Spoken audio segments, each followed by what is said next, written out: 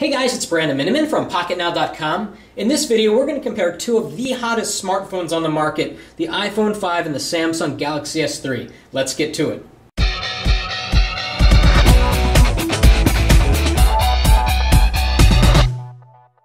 So just look at these two devices. They are vastly different in so many ways. It's very clear that the companies behind these phones think very differently about how people want to use their smartphone. Apple thinks that people want a smaller screen with better one-handed usability. Samsung thinks that people want big screens, big beautiful screens that they can watch movies on that are in standard resolution formats.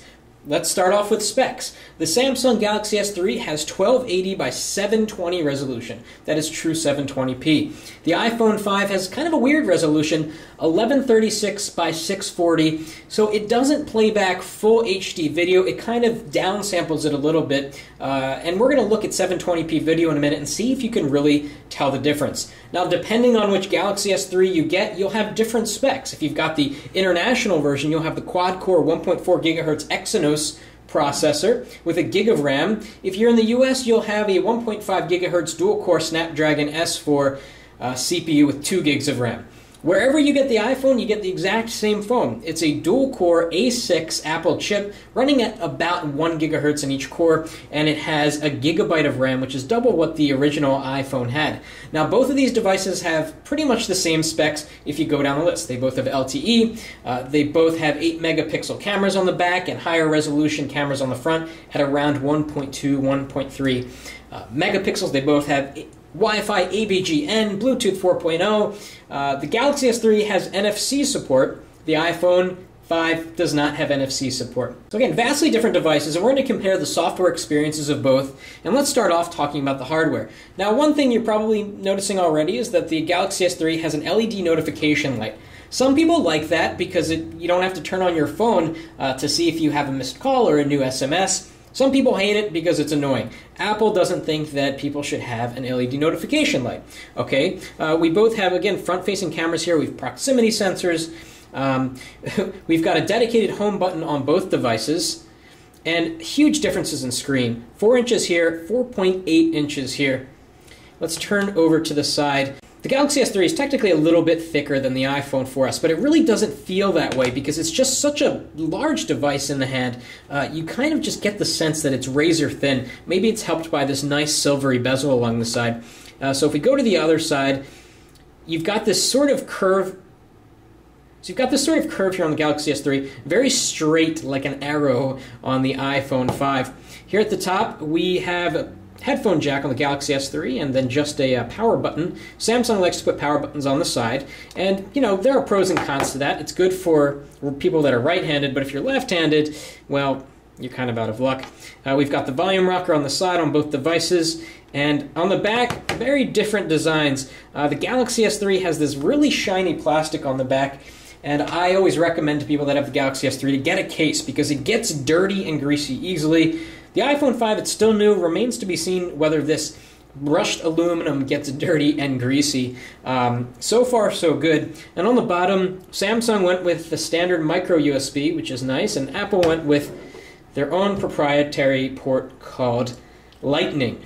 So, you know, your accessories won't work with that, but they will work with the Galaxy S3. That's just the way things are. So let's turn on both devices. We move the water to unlock, and we slide to unlock over here. And here's what we get. We get a bigger screen here and a smaller screen there. We have Android on one, which of course lets you configure widgets and really do anything you want with the software. Apple doesn't like that idea, and that's fine. Apple likes to keep things simple. iOS hasn't changed that much. You get rows and rows of icons. Android kind of invented the notification shade here, and you pull it down and you can swipe notifications off the screen.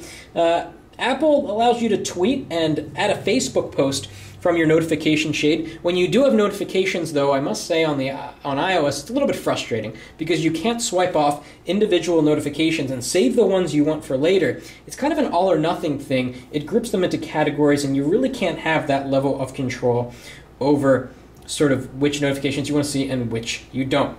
So again, Android and iOS, very vastly different operating systems. It's just a matter of opinion whether you like one over the other. And we're not here really to judge that. We're trying to keep this video objective. So let's talk about speed. Let's go into the camera app on both and see which gets there first. First, let's clear out the memory on both. So we'll go over here, hit the trash can, and over here we will do the old tap and close, right? Wish there was a close all button there too, but okay. Equal playing field. Let's open the camera app, see which gets there faster. And by the way, I should mention this is TouchWiz Jelly Bean. So it's going to be a little bit faster than those of you that have ice cream sandwich. This is the leaked TouchWiz Jelly Bean operating system. So it's a little bit faster, a little bit nicer. By the time October comes around, everyone that has a Galaxy S3 will probably have Jelly Bean. So, camera, let's go. Okay, the iPhone 5 was a little bit faster there. Let's go into settings. So we've got settings here and here. A little bit faster on the iPhone 5. Okay, let's open Facebook. Two different Facebook apps. iOS Facebook app is native. The Android one is not, so that might have an impact on performance. It's not exactly an equal playing field here. iOS should be faster just because it's native. And it is. It went right into the screen. Next, let's test S-Voice versus Siri. And Siri's been improved in iOS 6, and the iPhone 5 kind of gets it done faster.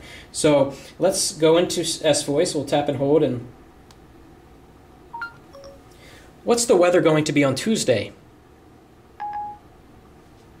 Looks like nice weather coming up Tuesday. Up to 73 degrees and sunny. The forecast for Tuesday is mostly sunny and nice. Okay, there we go. What's the nearest Italian restaurant?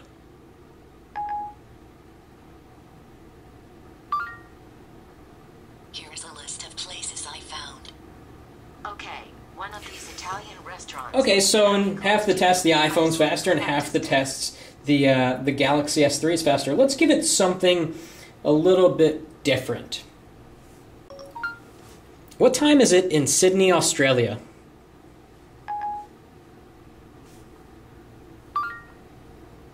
The time in Sydney, Australia is 5:54 a.m. and 49 seconds CST. Okay, you get very similar answers. It looks like the iPhone 5 was faster 3 out of 4 times.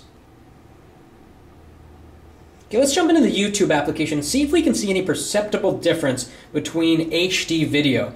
And of course, iOS doesn't have a YouTube app built into it anymore. Now it is in the Android. And of course, iOS does not have a built-in YouTube app anymore. You get it from the App Store, which is great because now YouTube can control the application and when it's updated and what it's like and so forth. So let's go into the YouTube app, see which opens faster. Okay, so we got in there a little bit faster in the iPhone. Let's go to the sports category. Maybe we can capture some high motion. And it looks like we have the same video listing over on each side, which is great. And we're going to play the same video at the same time. Just a little note here on color saturation. The iPhone 5 has improved color saturation over the iPhone 4S. But there's nothing like an AMOLED screen. AMOLED screens have this insane amount of color saturation. Some people think it's very unnatural. Some people love it. It really depends on personal preference. So let's click on this video, see which one loads it faster. Okay, iPhone 5 faster. And oddly, we're not getting a full screen view here on the iPhone 5, but it's really beautiful here on the Galaxy S3, filling up the entire frame. And on the Galaxy S3, we know we're in HD. Okay, this might not be kid-friendly, but that's okay. In the YouTube app for iOS, you really can't choose sort of the level of quality. So let's find something else that we can watch, hopefully in high def. Okay, how about this one? iOS got there faster. Let's see if we can fill up the full screen. And again, you get some really weird display issues here on the iPhone 5. On the Galaxy S3, it seems to always fill up the frame and really be like one of the most immersive video experiences that you can get on a smartphone. Okay, so let's pop into the internet here. We're going to do some web browsing speed tests. Alright, and that was about even actually, so let's go to pocketnow.com here, and we'll just have the iPhone go first.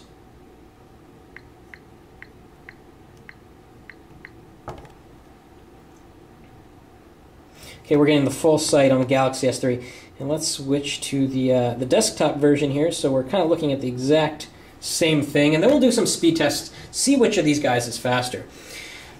And if we go into landscape, iPhone 5 is a little faster getting into landscape. You get this nice full screen browsing experience here on the iPhone 5. Everything kind of disappears. Here on the Galaxy S3, you still see the status bar at the top, although there's a way to disable that. So let's move down, zoom in, clears up almost immediately. Takes longer to clear up here on the Galaxy S3, there's no doubt about that. Let's click on this link at the same time. And they're off at the same time. Annoying pop-up ad, but the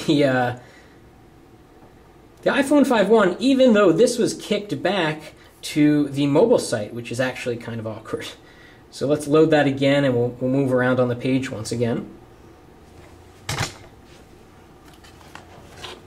And both of these devices, at the end of the day, are very capable web browsing machines. It seems that the iPhone is doing a better job, and watch when I let go.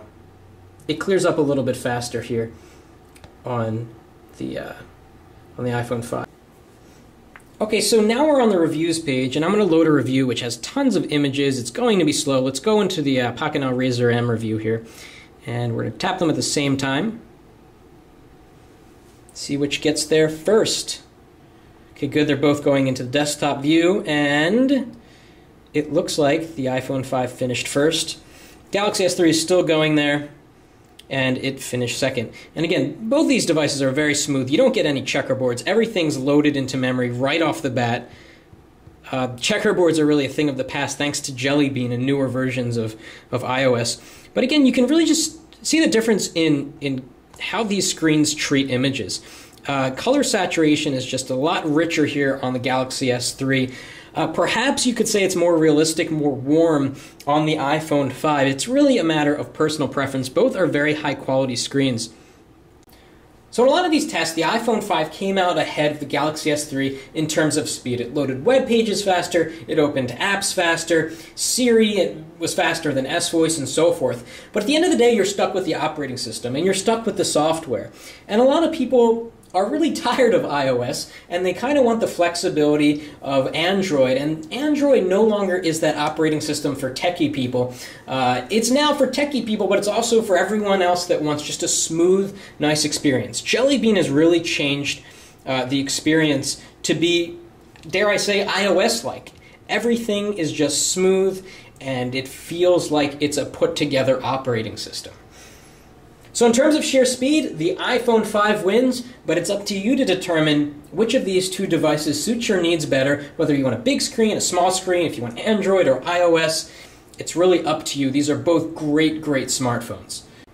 And what do you think? Which of these phones is better and why? Drop us a comment below, and if you like this video, please give us a thumbs up and let us know what you want us to compare the iPhone 5 to. We're going to do more of these. Thanks for watching.